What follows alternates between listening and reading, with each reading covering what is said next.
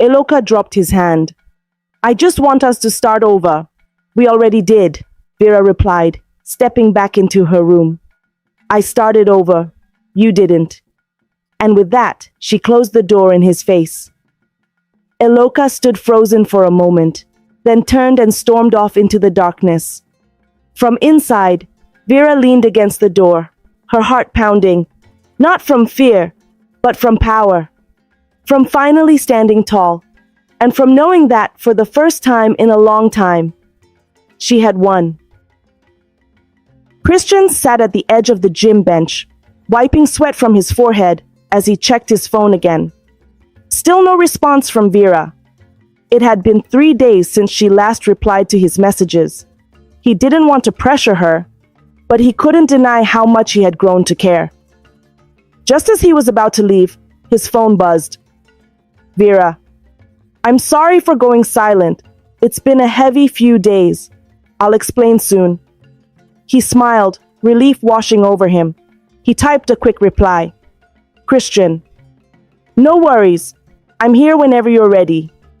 Across town, Vera was at her new property.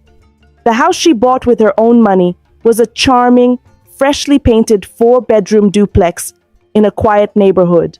Her boutique had been doing so well that she'd finally decided to move out of Eloka's compound. It was time. She stood in the middle of the empty living room, smiling as she took it all in. The marble tiles glistened. The air smelled of fresh paint and possibility.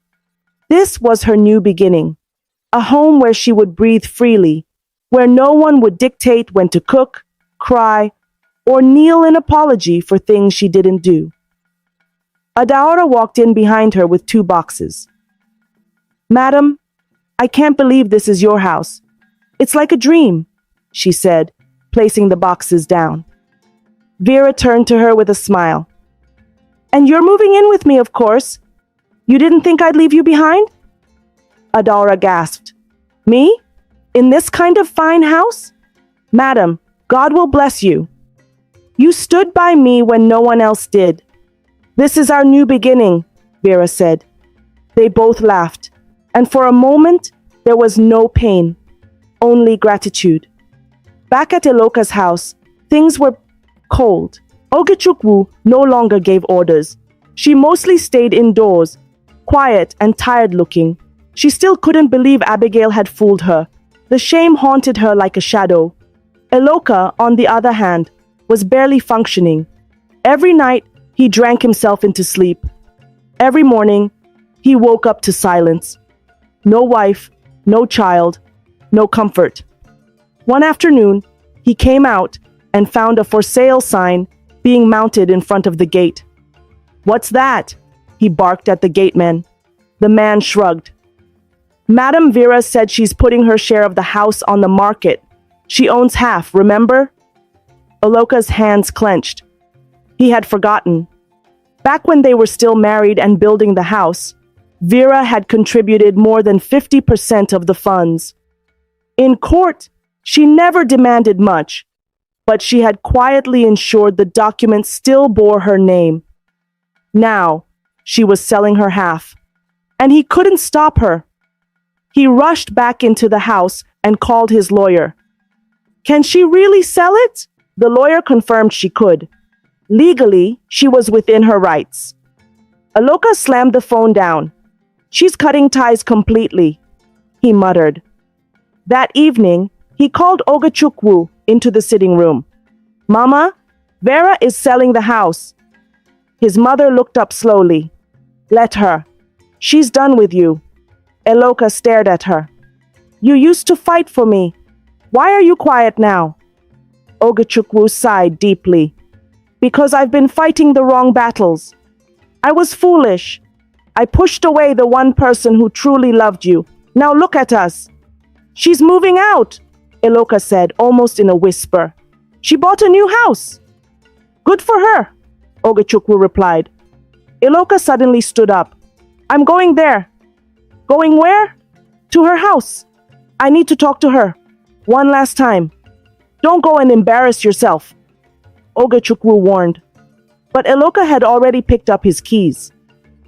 Meanwhile, At Vera's new house, Christian had stopped by with a small flower vase and a bottle of fruit wine. "Nothing big," he said. "Just a housewarming gesture." Vera smiled and welcomed him in. "Wow," Christian said, stepping inside. "This place is amazing." Vera gave him a tour. They ended in the kitchen where Adaora was cooking jollof rice. "Christian, meet Adaora, my friend, helper, and sister." Adaora grinned. "Good evening, sir." Christian smiled. "You're doing a good job. This place feels like home already." As Vera led him back to the sitting room, she asked softly, "Do you want to know why I disappeared for a few days?" Christian nodded. "Only if you're ready to share?" She sat down beside him. "Iloka came to my quarters, told me he missed me, that he wanted to start over. I was so angry, Christian, after everything he did." Christian listened quietly. "I didn't want to cry in front of him, so I stayed quiet, but I cried all night. Not because I missed him, but because I almost did." "That's normal," Christian said gently. "You gave him years that he doesn't just value." Vera turned to him, eyes filled with tears. "But I'm done now, really done." Christian reached for her hand. "Then it's time to start again, on your terms." Just then, the doorbell rang. Adaora opened the door and froze. "Iloka?" she said, startled. Vera stood up slowly and walked to the door. "Iloka, what are you doing here?" "I needed to see you," he said. "Please, can we talk?" She stepped outside and closed the door behind her. Iloka looked at her with desperate eyes. "I know I messed up. I lost you. But Vera, don't sell the house, please." Vera folded her arms. "Why not?" "Because that's the only part of you I have left." She looked at him, silent for a long while. "Iloka, I don't belong to you anymore. I'm not your wife. I'm not your property. And I'm not your memory." He stepped closer. "Is it that man? That Christian?" Vera smiled gently. "No, it's me. I chose myself. That's something you never did." He went quiet. She took a deep breath. "Goodbye, Iloka. For real this time." And with that, she stepped back inside and closed the door behind her. Christian stood up from the couch, concerned. "Are you okay?" Vera nodded. For the first time in years, "Yes, I am."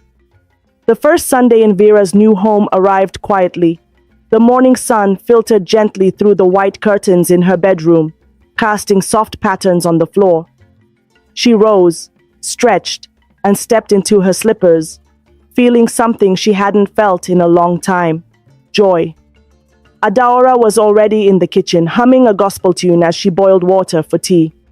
"Good morning, madam," she greeted cheerfully. Vera smiled.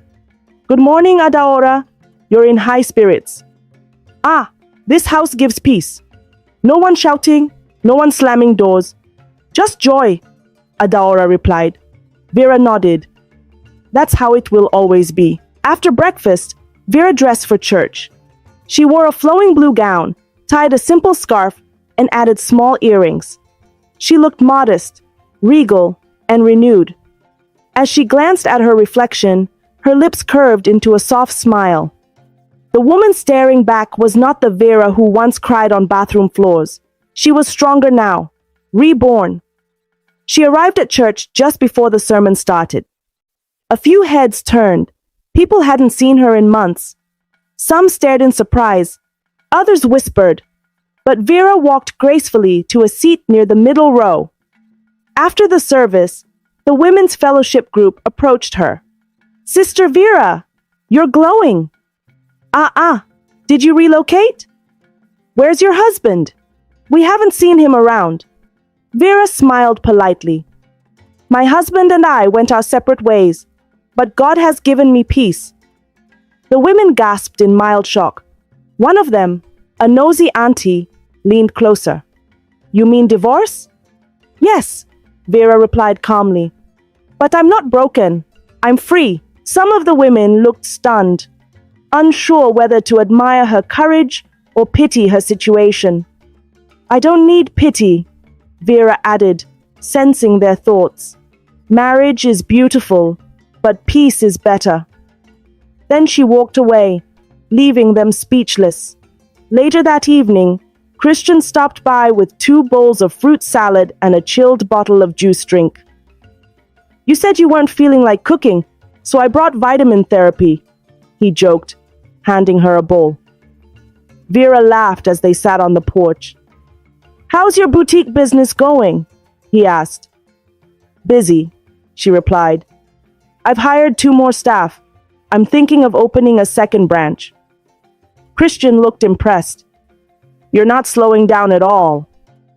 Why should I? She said, sipping from her glass. Pain didn't stop me. Why should peace? There was a moment of silence between them, soft and unforced. The sky above them turned orange as the sun dipped lower. Then Christian leaned forward slightly. I want to ask you something, but only if you're ready. Vera gave him a curious glance. What is it? I want to know if you'll allow me to be part of your story. Not as a replacement, but as someone who truly sees you. Vera was quiet. She looked at her glass, then back at him. Christian, I've been through fire. I'm still healing. I know, he said. I'm not asking you to rush. I just want a chance to walk beside you while you heal. Vera smiled faintly. Then walk, but at my pace. Christian reached for her hand and squeezed it gently. At your pace, Vera. Meanwhile, at Iloka's house, the silence was louder than ever.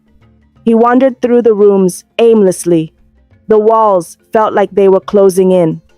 The once vibrant compound was dull. Even the birds avoided the balcony where Vera used to sit and read in the mornings. He walked into the kitchen and opened the fridge. Empty. Abigail had moved out 2 days ago without a word. His mother barely spoke anymore. His phone rang. It was an unknown number. Hello? Mr. Iloka? A female voice asked. This is Zion Real Estate. We have a serious buyer for the half of the house your ex-wife listed. Can we come for inspection tomorrow? Iloka's chest tightened. He was losing everything, piece by piece. No, I'll call you back, he said quickly, ending the call. For the first time, tears slipped down his cheeks. Vera was really gone. That same evening, Vera stood in front of her dressing mirror again, this time with her Bible in hand. She had a pen and notebook beside her. She opened to the first page and wrote a new name across it. Vera Nkemdilim. She spoke the name out loud. I am no longer Vera the bitter wife. I am Vera Nkemdilim, the woman who held on to God. She closed the book and whispered a prayer. God, thank you for carrying me when I could no longer walk, for teaching me that self-worth is not tied to rings or romance, but to who I am in you. Just then, Adaora walked in. Madame, your visitor is here. Vera raised a brow. Who? Christian appeared at the door with a small wrapped gift. Can I come in? He asked, smiling. Only if it's not another fruit salad, Vera teased. Christian chuckled and walked in. This one is better. He handed her a small framed picture of a mountain with the words written at the bottom. She is clothed with strength and dignity, and she laughs without fear of the future. Proverbs 31:25. Vera stared at it for a long time. Then, softly, she said, I think I'm ready. Christian tilted his head. Ready for what? Vera looked at him, her eyes clear and steady. Ready to live again. This time, on my own terms. And for the first time in a long time, she truly meant it. The morning sun warmed the cream-colored walls of Vera's new home. In her serene kitchen, the kettle whistled gently as Adaora poured hot water into 2 mugs. She added a bit of honey and ginger, just the way Vera liked it. Madame, Adaora called with a grin. Your tea is ready. Vera walked into the kitchen in her cozy robe. Her skin glowed. Her eyes were bright. Even her steps were lighter these days. "Thank you," she said, taking the cup and sipping it carefully. As they sat at the dining table, Adaora couldn't hold her excitement. "So, Madam Nikemdilim," she teased, "when are you and Mr. Christian making it official?" Vera chuckled. "Calm down. It's not a race." "But he adores you," Adaora said dreamily. "And the man fine die." Vera smiled softly. "I know. But this time, I want to be sure it's love, not escape. I'm not rushing into anything." Just then, her phone buzzed. It was her lawyer. "Good morning, Barrister Chidi," she answered. "Good morning, Madam Vera. I just wanted to let you know that the final paperwork for the sale of your half of the old property has gone through. You'll receive the funds in your account before noon." "Thank you so much," Vera said. She ended the call and turned to Adaora. "It's done." Adaora's eyes widened. "You sold it?" Vera nodded. "Yes. I don't need to hold on to the past anymore. I'm letting it all go." Meanwhile, at Iloka's home, everything was falling apart, fast. That morning, he came downstairs and found his mother in the sitting room, watching a church program on TV. "Mama, the lawyer called me last night," he said, his voice dull. "Vera sold her half of the house." Ogechukwu nodded. "I heard." "She didn't even tell me goodbye," Iloka murmured. His mother turned to him, her face tired and worn. "What were you expecting? That she'd leave you a love note?" "Mama, I made a mistake." Ogechukwu shook her head. "You made many mistakes, Iloka, and you've been making them since the day you raised your hand against her. What else did you expect?" He dropped into a chair and buried his face in his hands. "I don't know how to move forward." "Well, that's your punishment," she said softly. "Now you'll have to live with the silence you created." Later that day, Christian picked Vera up to celebrate the house sale. They drove to a quiet art gallery she'd been dying to visit. "I thought you might enjoy this," Christian said, as he opened the car door for her. She looked around in awe. "This place is beautiful." Inside the gallery, Vera's eyes lit up at a particular painting of a woman standing on a mountaintop, arms stretched to the sky. "I feel like this is me," she said. Christian stepped beside her. "That's why I brought you here." They walked through the gallery slowly, admiring the artwork. Then they sat for a light lunch at the gallery cafe. Christian reached for her hand. "I know you're not ready for anything serious yet, but I want you to know I'm not going anywhere. I'm not here to save you. I'm here to see you thrive." Vera's eyes softened. "You're not like anyone I've ever met." "Because I'm not here for what I can take from you," he said gently. "I'm here for what we can build." Vera didn't respond immediately. She simply leaned her head on his shoulder and whispered, "Thank you for waiting." Back at Iloka's compound, a white SUV pulled in. A man in a suit stepped out with two others. "Good afternoon," he said to the gateman. "We're here for inspection. The buyer will be coming next week to move in." Iloka stormed outside when he saw them. "What's going on here?" he barked. The man showed his ID. "We're from Zion Real Estate. The new buyer is moving into this side of the house next week." Iloka's heart dropped. "Move in?" "Yes, sir. The documents are fully signed. It's no longer yours." He stood there, speechless, as the men walked around taking measurements and notes. For the first time, he realized what Vera meant when she said, "I'm not your memory." She was gone. For real this time. That night, Iloka sat alone in the sitting room. The TV played softly in the background, but he wasn't watching. His eyes were fixed on a framed wedding photo still hanging on the wall. It was of him and Vera on their wedding day. She had been smiling. He had been proud. Now, It was nothing but a painful reminder. Iloka stood, took the photo off the wall, and stared at it. Then slowly, he placed it face down on the table. "I lost her," he whispered, and deep inside, he knew he would never find another like Vera. It had been exactly 1 month since Vera moved into her new home. And in that time, peace had become her closest companion. Each day brought something new, whether it was fresh inspiration at her boutique, quiet walks in the evening, or simple moments of reflection with Adaora by her side. Her business had tripled in revenue. More women came to her for mentorship. She was slowly becoming a voice of strength and independence in her community. That morning, Vera sat on the porch in a flowing white kaftan, sipping a glass of orange juice. Her hair was braided into neat cornrows. Her skin glowed under the early sun. Adaora stepped outside with a huge grin. "Madam," she called. "Guess who just called?" Vera turned to her, amused. "Who?" "Christian. He said to tell you that you should dress well. He's taking you out tonight. No excuses." Vera raised a brow. "He said all that?" "Yes, ma'am. And he said it's a surprise."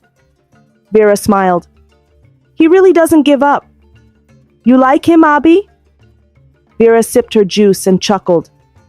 "Let's just say he makes me feel seen." By 5 p.m., she was dressed and ready. Simple red gown, gold earrings, no makeup, just lip gloss. When Christian arrived, his jaw dropped. "Wow," he said. "You look divine." Vera laughed. "You said to dress well. And you understood the assignment." He drove her out of the city, through a quiet road lined with palm trees. They pulled into a small resort overlooking a calm lake.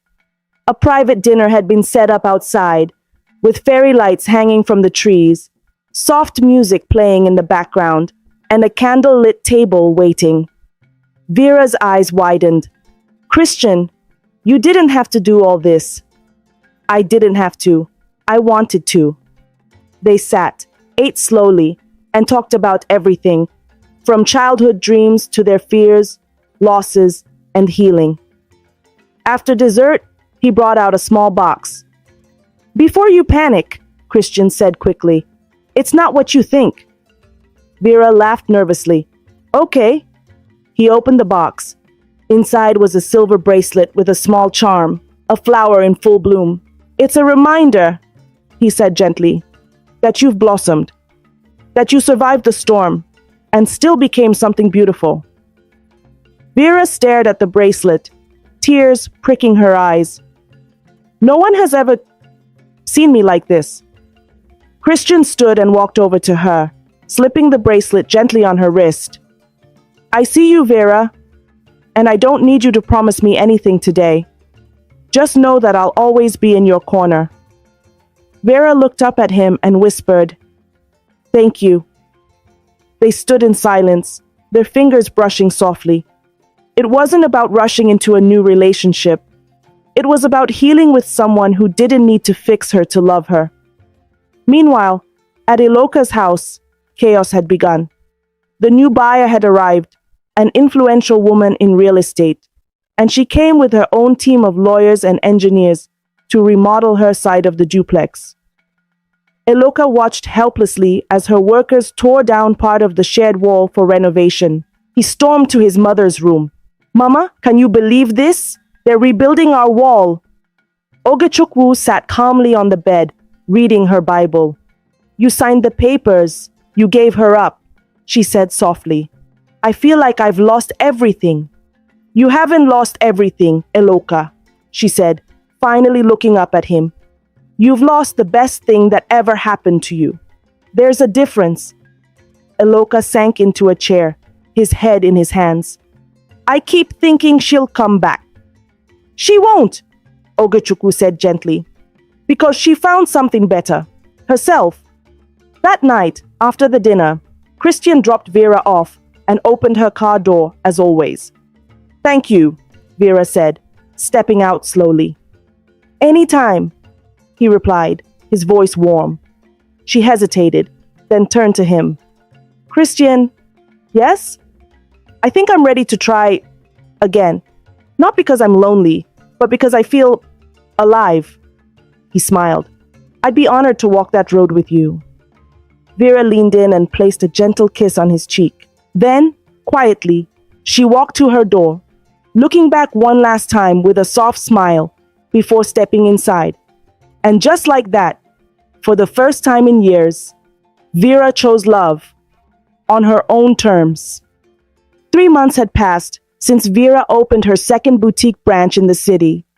What began as a quiet decision to rebuild her life had blossomed into something bigger, a movement of hope for women around her. She'd been invited to speak at women empowerment programs, mentor young entrepreneurs, and even featured on a local radio show titled The Strength Within. Her voice was calm and soft, but her words carried power. At her boutique that morning, her office was filled with fresh roses, sent anonymously. Adaura walked in and gasped, "Ha! Madam, these flowers came again?" Vera looked at the note that came with the bouquet. It read, "To the strongest woman I know, keep blooming." See, she smiled faintly. "He's consistent." "You're lucky," Adaura said playfully. "Some women marry and collect beatings. You divorced and collected bouquets." Vera laughed. "I think I've collected enough beatings for a lifetime. God just decided it was time for beauty." That evening, Vera was invited to speak at a women's conference. She wore a simple Ankara gown with gold beads around the collar, her natural hair packed into a bun. As she stepped onto the stage, the crowd erupted in applause. She waited for the room to quiet, then began. "My name is Vera Nkemdilim. For years I was a wife who lost her voice, a woman who blamed herself for miscarriages, and a daughter-in-law who was never enough. But today, I stand here no longer as someone's wife, but as myself. I'm not here to tell you to leave your marriage. I'm here to tell you to find yourself, whether in it or outside it. I found myself in the storm, and now I've learned to dance in the rain." The crowd stood, clapping with tears in their eyes. Her message touched something deep within each woman there. Later that night, as Vera stepped outside the hall, she saw Christian waiting by his car, holding a shawl. "I figured you'd be cold," he said, wrapping it gently around her shoulders. "You didn't have to come," she said with a smile. "I know, I wanted to." She nodded, feeling a warm peace between them. "Vera," he said softly, "I'm not rushing you, but I found something in you I didn't know I was missing, a home. When you're ready to take the next step, I'll be here." She looked into his eyes. There was no pressure, no manipulation, no anger, just quiet love. She nodded slowly. "When the time is right, you'll know." Back at Iloka's compound, things were bleak. The new owner's remodeling had cut off parts of his former living area. He had moved into just one wing of the house. Ogechukwu rarely left her room anymore. The shame had aged her faster than any illness could. Iloka sat in the parlor, flipping through social media. He saw photos from the conference Vera had attended, the one that trended online under the hashtag, I am enough. She looked stunning. The way she smiled, the way people clapped for her, it pierced his soul. That used to be my wife, he thought. Suddenly his phone rang. It was his old friend Frank. "Iloka, have you seen the news? Vera's story is everywhere." "I've seen it," Iloka replied, his voice bitter. "Guy, she's shining oh. Even big companies want to work with her now. That woman really turned pain into power." Iloka ended the call without saying another word. He got up and walked into the kitchen, only to find it empty. The gas cylinder was empty. No food, no sound, no life. It was in that moment he truly realized he had lost everything. 1 week later, Vera was honored at a Women in Business gala with the Courage Award for her resilience and growth. She wore a fitted navy blue gown, her smile radiant. As she stepped on stage to receive her plaque, she gave a short speech. "This award is not just for me. It's for every woman who ever had to rebuild her life in silence. It's for the wives who lost their voice, the mothers who lost their babies, and the daughters-in-law who were never seen. I want you to know, you are enough. You always were." The room rose in a standing ovation. In the crowd, Christian stood quietly, clapping with pride. After the event, Vera walked to him slowly. For the first time, she took his hand herself. "Christian." "Yes?" "I think it's time." He looked at her with warm eyes. "Time for what?" "For a fresh beginning," she said. "Together."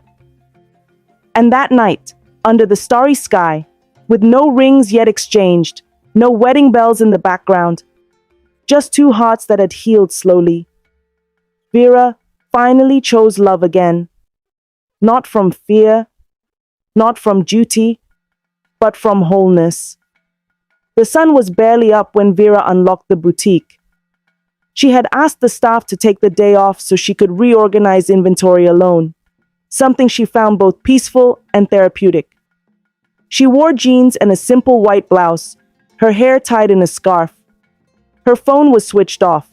She wanted quiet, no distractions. As she dusted shelves and arranged hangers, her thoughts wandered, not to Iloka, not to pain, but to how far she'd come. From a house where her cries were ignored, to a life where her voice inspired others. From a woman who once feared leaving, to one who had become a symbol of hope. She picked up a photo frame of her boutique's first day ribbon cutting and smiled. It reminded her that every end has a beginning. Across town, Iloka stood on his balcony, unshaven and tired. His once well-ironed shirts now hung loosely on his drooped shoulders. The walls of his sitting room, once filled with laughter, echoed with silence. His phone buzzed. It was a bank alert. N45,000 debited, last withdrawal remaining. That was all he had left. When Vera left, his income took a plunge. Most of their joint contracts had been in her name. Clients who once admired him now refused his calls. He shuffled to the kitchen. No gas, no water, no food. With a heavy heart, he walked back to the living room and picked up his pen and a sheet of paper. He began to write. "Dear Vera," but his hand trembled. He tried again. "Vera, I was wrong." Tears welled up in his eyes. He couldn't continue. The words felt heavy. What did he even want to say? He dropped the pen and covered his face, sobbing quietly. The letter remained unfinished. Because apologies don't come easily to proud men, until it's too late. At the boutique, Vera received a visitor. It was an elderly woman, frail, dressed in a faded wrapper and scarf.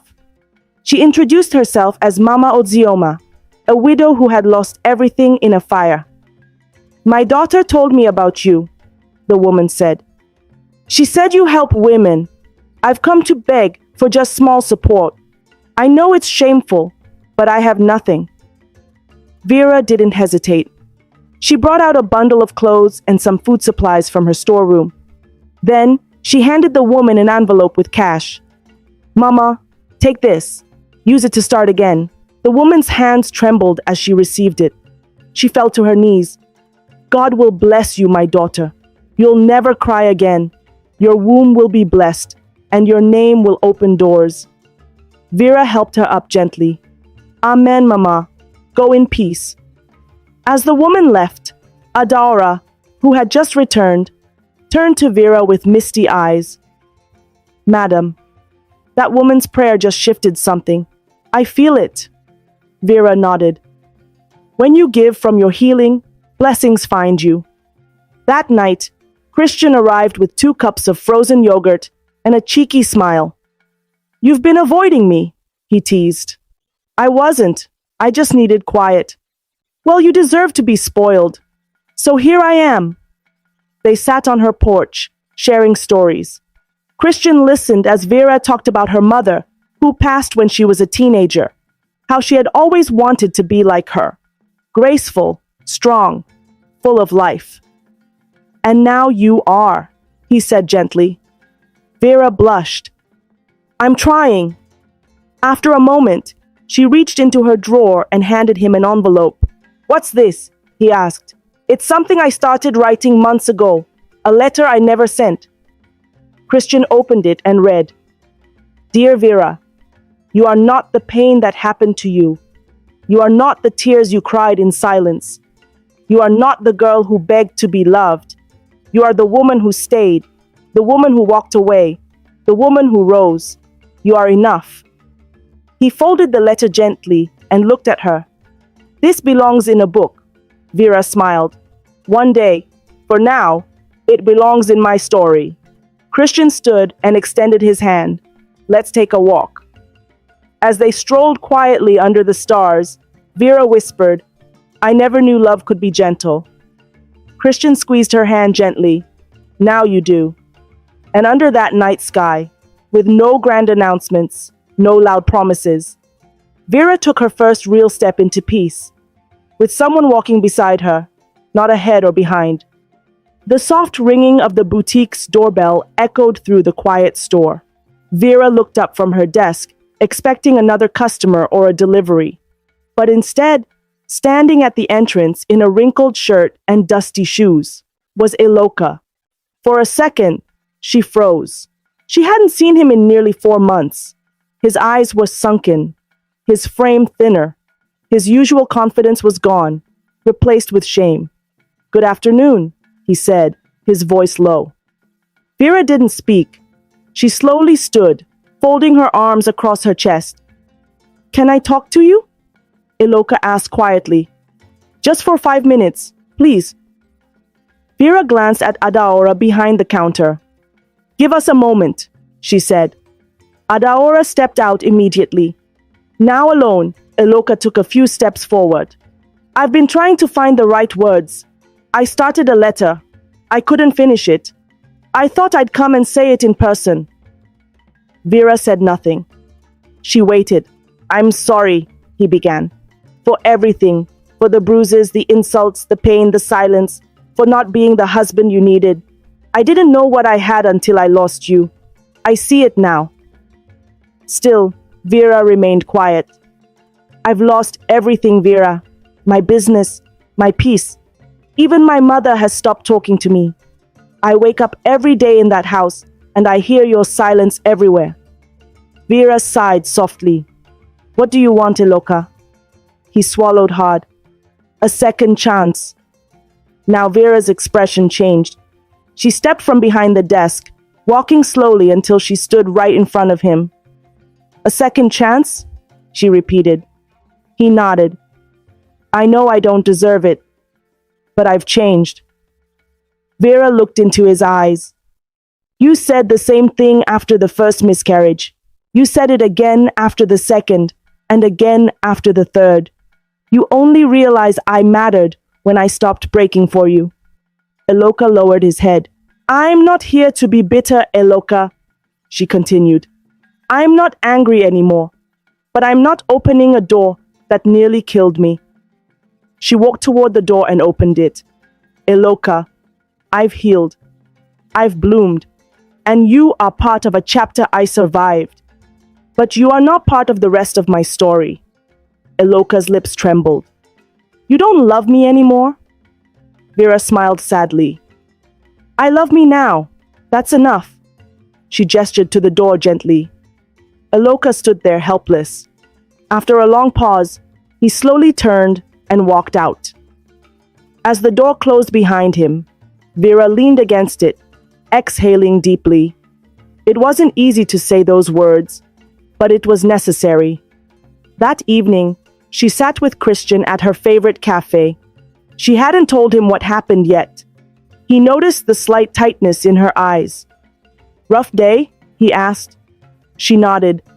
An old ghost came knocking.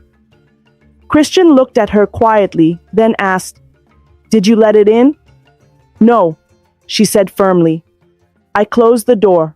He reached across the table and held her hand. Then you've grown stronger than even you realize. She smiled, her heart lighter. I didn't shake. I didn't cry. I didn't beg. I simply chose myself. Christian raised his glass of juice. To choosing yourself. They clinked glasses. That night, Vera stood in front of her mirror once again, like she always did when something major shifted in her spirit. She touched the bracelet Christian had given her, the one with the blooming flower charm. She whispered to herself, I forgive him, but I won't go back. Then she opened her journal and wrote a single line. Peace feels like home. And for the first time in a long time, she felt completely at home within herself. Vera stood before a room of 200 women. The hall was beautifully decorated with pink and gold fabric. The theme of the program was boldly written across the stage. Rebuild from pain to power. This was the biggest women's event she had been invited to speak at so far, and the atmosphere buzzed with excitement. Her story had traveled far, across cities, radio stations, and now even television. She wore a flowing peach gown, no jewelry except her signature flower charm bracelet, and her face was bare, glowing with quiet strength. When it was her turn to speak, the room fell silent.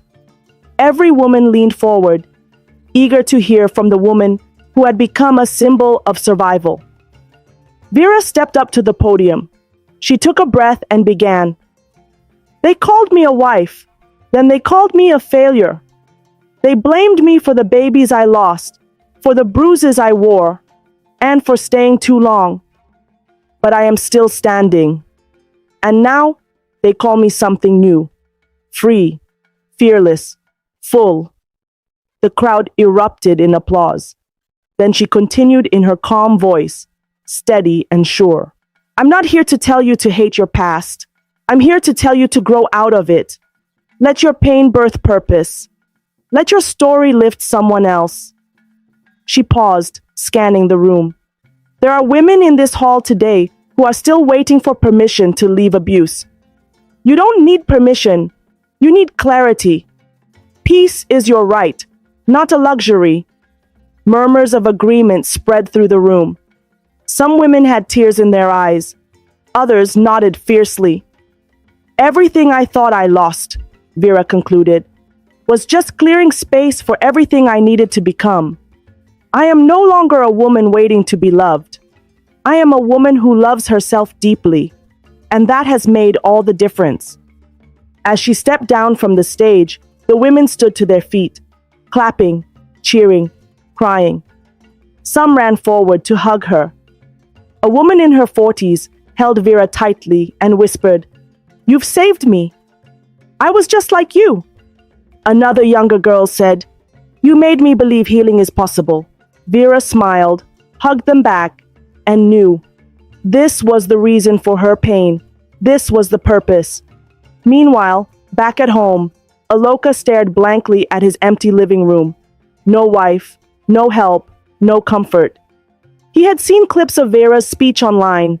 People were tagging her everywhere, Instagram, Twitter, YouTube, and now they were quoting her. The same woman he had insulted and humiliated had become the voice of thousands. He turned off his phone. Every beep reminded him of what he had lost. His mother, Ogachukwu, walked into the room holding a bottle of painkillers. Her health had declined rapidly. "Eloka," she said, her voice weak. "Please, can you help me get to the hospital this weekend?" He looked at her, nodded silently, then returned to his thoughts. His world had become small, quiet, gray, and he knew it wasn't the devil. It was the seed he planted, finally bearing fruit. Later that night, Vera returned home and found Christian waiting in the living room with Adaora. He stood as she entered. "How did it go?" She smiled, removing her shoes. "It was powerful. God really used me." Christian stepped closer. "You're walking in your purpose now. and it's beautiful to watch. Vera looked at him, thoughtful. You've walked this journey with me, patiently, lovingly. I think I'm finally ready. Christian raised an eyebrow. Ready for what? She stepped even closer and took his hand in hers. To begin a new story. With you. Christian's eyes lit up. Are you sure? I've never been more sure of anything, Vera said softly. They hugged, tight, warm, full of peace. And in that embrace, she felt something shift in her spirit. She was no longer just Vera the survivor. She was Vera the restorer, a woman who had risen, a woman who now lifted others, and she knew, deep in her heart. The story wasn't ending, it was just beginning.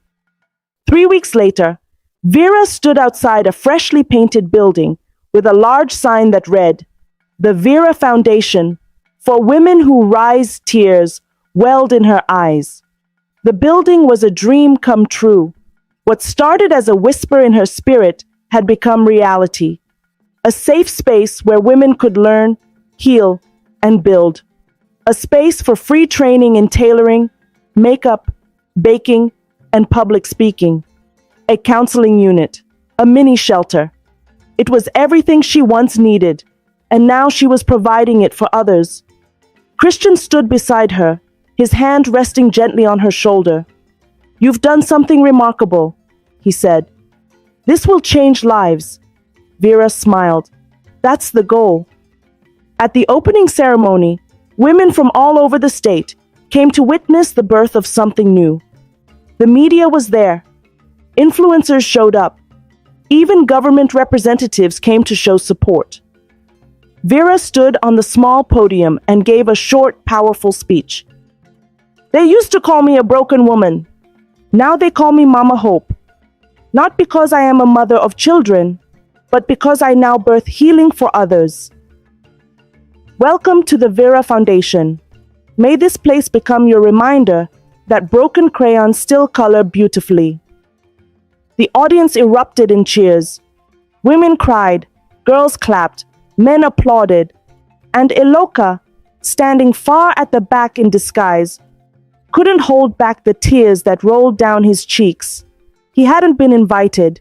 He came on his own, just to see her.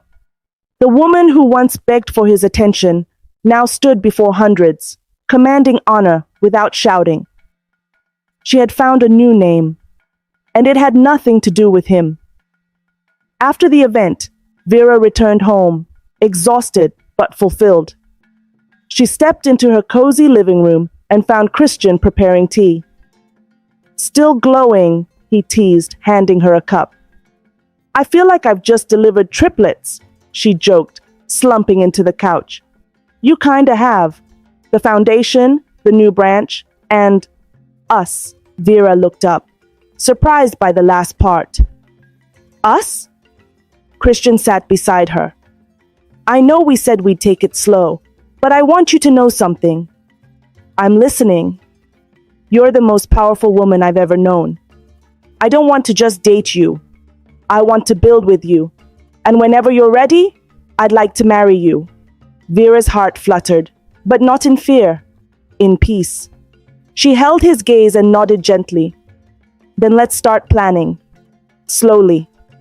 Christian smiled and kissed her forehead. Slowly, but surely. Across town, Eloka sat on the floor of his sitting room, staring at a photo of his wedding day. He had seen Vera glowing at the event. He had seen how Christian looked at her. He knew, deep down, she was gone for good. Ogachukwu walked into the room with her cane. She's happy now, she said quietly. Eloka nodded, his voice hoarse. I know. Have you finally let her go? He sighed. I don't think I ever had her. Not truly. I only had her pain. Christian now has her peace. His mother sat beside him in silence. Maybe one day, he added, I'll forgive myself. Ogachukwu patted his back. Start by learning from your loss. They sat quietly, both staring into space. Sometimes, life doesn't give you a second chance. Sometimes, it gives it to the person you hurt. so they can start again, without you. Meanwhile, Vera walked out to her backyard that night. The stars were out. She looked up and whispered, "Thank you, God. Thank you for not letting me die in that place. Thank you for teaching me to fight softly." Behind her, Christian appeared, wrapping a shawl around her. "What are you thinking about?" he asked. "My name," she replied. "I thought your name was Vera?" He chuckled. She turned to him with a knowing smile. "That's my old name. I'm more than that now." "Oh, really? So what's your new name?" Vera smiled. Her eyes sparkled in the moonlight. She touched the flower charm on her bracelet and said, "I am Rebirth." The sun rose gently over the peaceful city as the streets buzzed with quiet joy.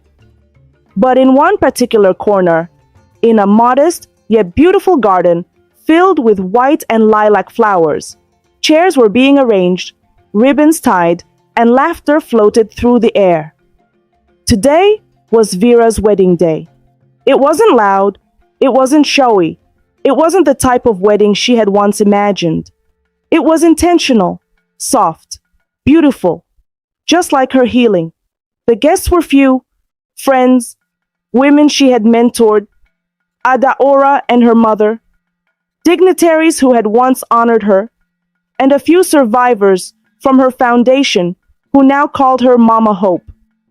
As Vera stood before the mirror, dressed in a champagne-colored gown, no veil, no heavy makeup, just herself, Adaora stood beside her with happy tears in her eyes. "You look like an angel, Madame Vera," she whispered. Vera smiled. "I feel like one." Adaora reached for a gift box and handed it to her. "Someone dropped this for you this morning. No name." Vera opened it slowly. Inside was a folded letter and a tiny pair of baby shoes. She paused. Her hands trembled as she picked up the note and read, "You may not have held them, but you mothered them with your heart.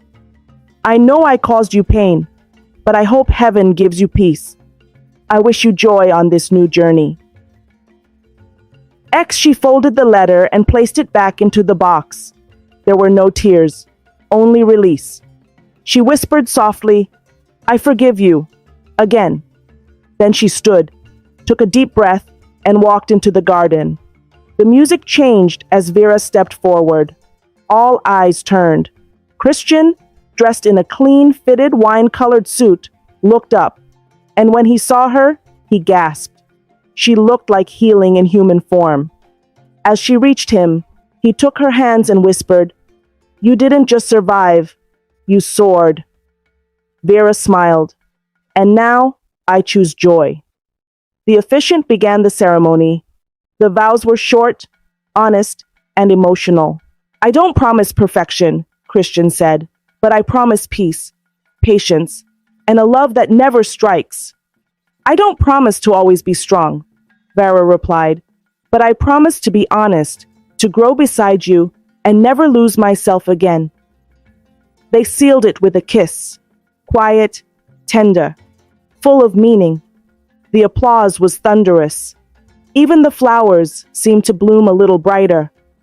Later that evening, as the guests enjoyed music and laughter, Vera sat under the starry sky with Christian beside her, her head resting on his shoulder. "I feel like I'm dreaming," she said. "No, love," he replied gently. "You just woke up to the life you were meant to have." They smiled. Suddenly, Adaora came rushing to her with a phone in hand. "Madam Vera, it's the Minister of Women Affairs. She wants to meet with you. They're planning a national campaign for abused women, and they want you to be the face of it." Vera laughed in shock. "Me?" Christian grinned proudly. "I told you, this is just the beginning." She stood up, held her shawl, and whispered to herself, "Mama Hope, rebirth, purpose. I wear them all now." As the music swelled again and the celebration continued, Vera looked around. At the women dancing, at the children playing, at Christian laughing with guests, at her foundation staff who now had families of their own, and she whispered a final prayer. Thank you, God, for turning ashes into beauty. The camera of the day captured her standing under a tree, with stars above her and peace inside her. No longer a victim, no longer just a survivor, but a woman reborn. Vera, Mama Hope, rebirth. Lesson from the story: love should never hurt, and any relationship that brings pain, fear, or bruises is not love. Forgiveness is powerful, but it doesn't mean returning to the people who broke you. No matter how broken life feels, you can always rebuild and rise again. Sometimes, the strongest response is silence, not out of weakness, but wisdom. Pain can give birth to purpose, and healing makes you powerful beyond measure. Walking away from abuse is not failure, it is strength. Not every door deserves to be reopened. Some must remain closed for peace to thrive. Real love is gentle, patient, and safe. And finally, your healing is not just for you. It becomes a light that helps others find their way out of darkness. Thank you so much for watching. Your love and support mean everything to me. If this story inspired you, please give it a thumbs up and share it with your loved ones to spread the inspiration. I'd also love to hear your thoughts. Feel free to share them in the comments below. And don't forget to subscribe to the channel for more interesting African stories. See you in the next video. Bye.